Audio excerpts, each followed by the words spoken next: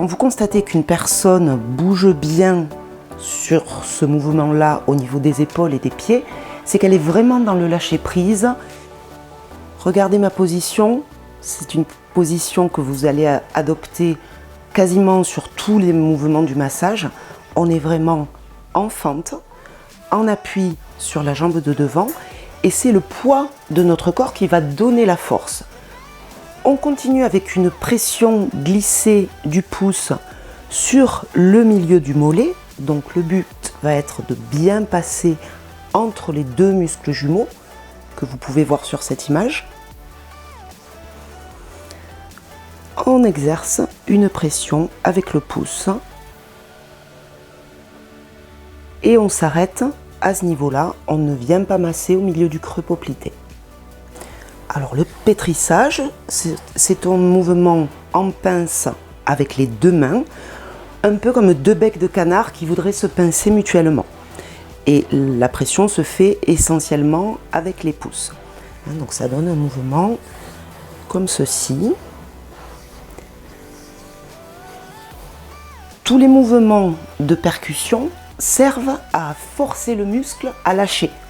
En fait, le système nerveux reçoit tellement d'informations en même temps qu'il n'arrive pas à tout gérer.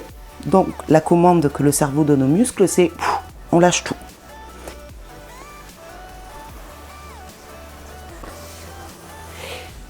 Et lors du troisième mouvement, on effectue une sortie.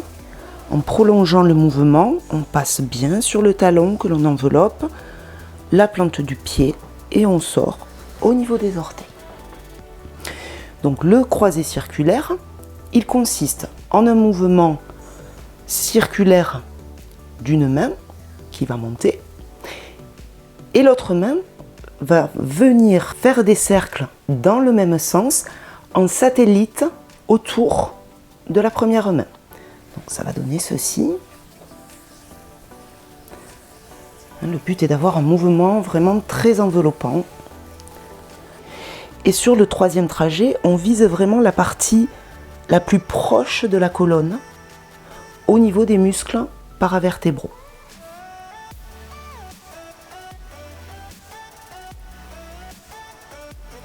Ça peut faire mal. Si vous venez masser ici, c'est très désagréable pour la personne.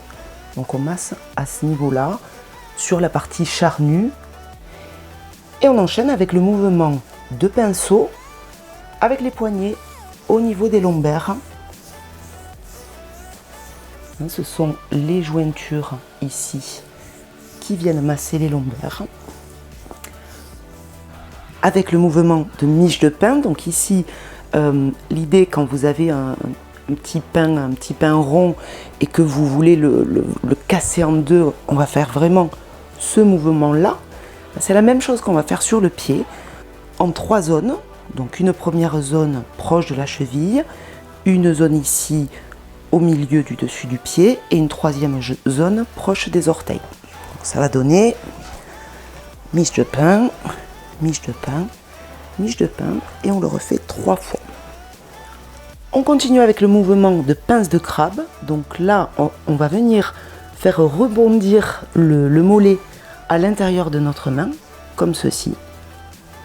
En fait, ce sont les doigts qui font bouger le mollet pour qu'il vienne buter au niveau de l'éminence ténare. Le croisé décroisé, donc toujours le même principe sur le croisé décroisé, on met la pression en croisant, on relâche la pression en décroisant, et les mains alternent. Celle qui était dessus passe dessous, et ainsi de suite.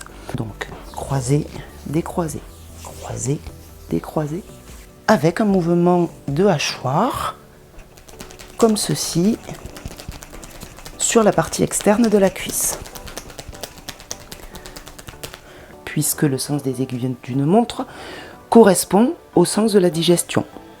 Le gros intestin débute ici, on a le côlon ascendant à cet endroit-là, le côlon transverse ici, et le côlon descendant ici. Donc la digestion, elle a commencé au milieu et elle se fait ensuite comme ceci.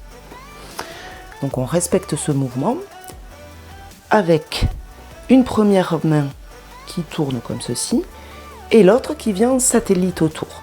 Toujours le même principe, on attrape le plaid, on vient se mettre le plus près possible du sous-vêtement, on tire et on recouvre. Elle va venir piloter le bras. Donc, ici, je monte sur l'extérieur, je contourne l'épaule et en redescendant, mon autre main positionne le bras de telle sorte qu'avec la main qui masse, je puisse vraiment redescendre sur l'intérieur. Je monte sur l'extérieur, je redescends sur l'intérieur, je change ma position et je fais la même chose. Et mon autre main pilote le bras. Et je remonte ici. Mes bras sont quasi tendus et c'est mon corps, mon bassin, qui me permet de tirer vers l'arrière, embuter jusqu'à l'occiput. Certaines personnes un petit peu tendues vont résister au mouvement. Vous allez voir que certaines personnes, surtout en faisant délicatement, vous allez arriver ici et ici, vous sentirez que vous n'allez pas plus loin. C'est pas grave, vous allez voir qu'avec le début du mouvement suivant, la tête, elle va y aller toute seule, il va de lui-même positionner sa tête comme ceci. C'est pas la peine de forcer dès le début, ça sert à rien. Donc ici, on tire comme ceci, et ici, on pousse comme ceci. Donc, dessus, dessous, dessus,